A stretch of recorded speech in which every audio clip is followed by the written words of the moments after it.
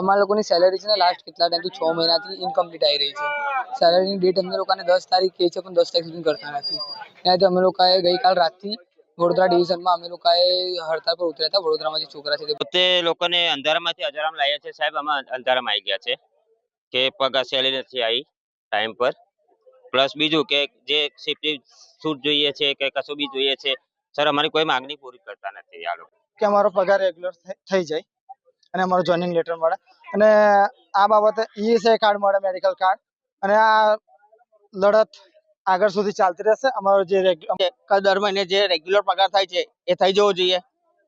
દર મહિને અમે જોઈએ છે તો અમને 10 તારીખની જગ્યાએ 12 તારીખ, 15 તારીખ, 18 તારીખ એ રીતે અમારી સેલેરી થાય છે. અને સાહેબને પૂછીએ છીએ તો સાહેબ એવું કહે છે કે નોકરી કરવી હોય તો કરો, ના કરવી હોય તો નહીં, આ રીતે સેલેરી થશે તમારે, કરવી હોય તો કરો ને નોકરી છોડ દો.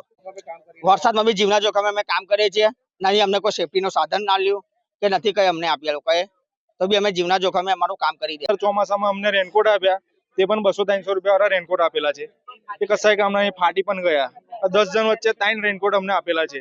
પ્લસ કે જે ચોમાસાની અંદર પાણીની અંદર ગમ બૂટ પહેરવાના આવે એ પણ અમને નથી આપેલા. એ લોકો સેલેરી આટલી છે તો અમે ઘર ચલાવીએ, ઈએમઆઈ ભરીએ યા ઘરનું રેન્ટ ભરીએ, અમે શું કરીએ બતાવો તમે?